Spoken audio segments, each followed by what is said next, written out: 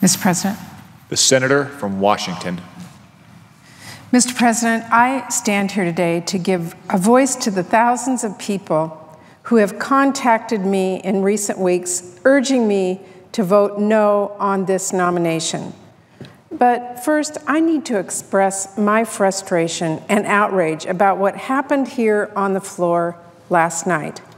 In the middle of a debate about the next Attorney General, someone whose job it will be to defend the rights of all Americans, whose job it is to defend people from discrimination, inequity, and unfairness, whose job it is to defend women, to defend people of color, to defend all those who are too often told to sit down, stand down, be quiet. We saw the Republican leader selectively use the rules to silence our colleague, a woman senator, who was reading the words of an African-American woman and an historic civil rights leader, reading the words of someone who embodies the fight for justice, for freedom, for equality, and for civil rights in America, someone who all of us should be looking to for lessons in these times, not someone whose words should be silenced because she said something people may not enjoy hearing. Mr. President, at a moment when we are engaged in a debate about how best to defend our fellow citizens from discrimination and fight back against forces that seek to demean others in order to gain power, I was stunned. Now, Mr. President, I respect the decorum that the Senate strives to maintain, but there are times when you cannot stay silent. And Mr. President, this is one of those times. We will not be silent. So I want to say that I stand with my friend, the senator from Massachusetts. I stand with the words of the late Coretta Scott King, and I stand with the many people who have contacted me about this nominee that we are debating here today. Because I can tell you, the day President Trump announced he had picked Senator Jeff Sessions to lead the Department of Justice, the phones in my office lit up. People from across my home state of Washington contacted my office to express their shock, their outrage, and their fear. Now, the calls came from people who help LGBTQ youth experiencing homelessness, groups that have tirelessly advocated for necessary criminal justice reform, from families caught in a broken immigration system, civil rights advocates and community leaders who have fought for decades to create a more just society, advocates and nonprofits trying to help women escape domestic violence. The list goes on. Now, Mr. President, that was in November. And in the weeks and months since the President made his choice for Attorney General known, those concerns have not died down. In fact, they have only gotten louder and more urgent as the public gets a better look at Senator Sessions' long record, what he stands for, and where he wants to take this country. Mr. President, I share their concerns, and it's why I will oppose Senator Sessions' nomination to be Attorney General. And I urge my colleagues to join me to reject this nomination and send a message to the new president about the rule of law in this country. Send a message to the new president who came into office showing blatant disregard for our traditions of transparency, traditions that tell us the president has a duty to put the needs of the American people before the needs of his bank account. Send a message to someone who just weeks into his term has displayed shocking disdain for the U.S. Constitution and the separation of powers. The same president who fired an acting attorney general because she refused to ignore the law, to approve his hateful and unconstitutional executive order barring refugees. The same president who ridiculed a well-respected federal judge in Seattle, a George W. Bush appointee, because the judge didn't rule the way he wanted. Mr. President, the United States Attorney General is often the last line of defense for our Constitution within an administration, and they need to be the first to stand up to our president when our president is wrong. Senator Jeff Sessions is not that kind of nominee. The people of this country expect and deserve an Attorney General who will protect their civil and constitutional rights and liberties. They deserve someone committed to the principles of inclusiveness and justice, someone who will fiercely defend the rights of all Americans to be treated equally under the law. The American people need an Attorney General who continues to make the fight against racism and discrimination and hate crimes a core part of that department's mission. Mr. President, we know Senator Sessions is not the person for that job. More than 30 years ago, he couldn't even pass muster in a Republican majority Senate.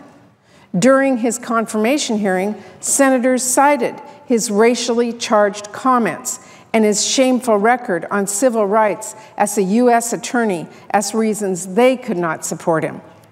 And as my late colleague Ted Kennedy said at the time, quote, "It is inconceivable to me that a person of this attitude is qualified to be a U.S. attorney, let alone a U.S. federal judge."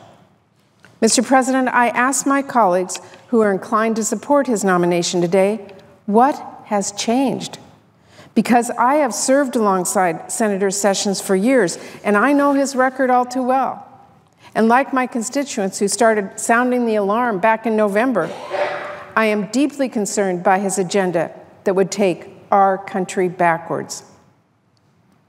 Senator Sessions has dismissed one of our bedrock civil rights laws, the Voting Rights Act, as intrusive, while pushing restrictive voter ID laws and fueling conspiracy theories about voter fraud. I watched as he refused to work with a bipartisan majority of the Senate on immigration reform, and instead pushed extreme policies that would punish the most vulnerable members of our communities. And that, by the way, included dreamers across the country who have never known another home besides America. His personal passion on that issue and his years of advocacy against common sense immigration policies caused me great concern about whether he would use the Department of Justice to pursue his extreme anti-immigration agenda. On criminal justice reform, he beat back efforts from within his own party to address the exploding rates of incarceration across this country. The injustice of these laws fall disproportionately on communities of color. Time and again, he has defended laws that favor throwing nonviolent offenders in jail rather than working to rehabilitate them, even though it has been consistently proven that prison is not a means of rehabilitation. Mr. President, this nominee's views on criminal justice reform are so out of the mainstream, his position is even at odds with the Koch brothers.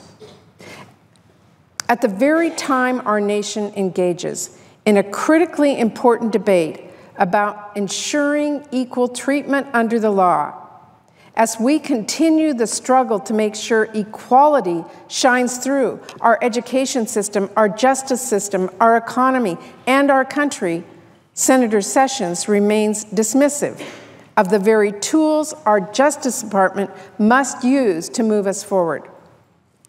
When I joined so many of my colleagues in the Senate to reauthorize and improve the bipartisan Violence Against Women Act to protect women across the country, Senator Sessions worked against us to tear it apart. Mr. President, as someone who has sat face-to-face with survivors of domestic violence and fought to increase protections for those dealing with sexual assault, I can see why people would question whether Senator Sessions has any intention of enforcing the laws that protect them, because I wonder that myself. Mr. President, this nominee's track record of trying to undermine women's constitutionally protected reproductive rights is horrifying and should, by the way, scare every woman in this country.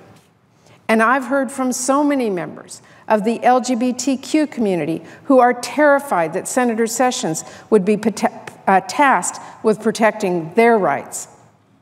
His votes against repealing Don't Ask, Don't Tell and expanding hate crimes definitions to include LGBTQ Americans confirmed those fears. Now, Mr. President, this alone has to give my colleagues pause. When so many Americans, our friends, our family members, our coworkers, fear that their government will look the other way as they endure violence and discrimination and marginalization just because of who they love or how they live, we must fight back with everything we've got. When this president attacks the independence of our judges, judges who have declared the obvious, that the Muslim ban executive order is unconstitutional, we cannot put the person who Steve Bannon calls, quote, the fiercest, most dedicated, and most loyal promoter of the president's agenda, at the head of the Department of Justice. This is not who we are. And Senator Sessions is not the Attorney General this country needs. I urge members of the Senate to stand up for the Constitution, to stand with your fellow Americans. The stakes are far too high to make Senator Sessions our next Attorney General. I urge you to vote with me in voting against this nomination. Now more than ever, we need an Attorney General who will be independent and willing to stand up to President Trump's illegal and unconstitutional actions whenever they happen. The last thing this country needs right now is a rubber stamp to validate this administration's illegal actions. Thank you, Mr. President. I yield the floor.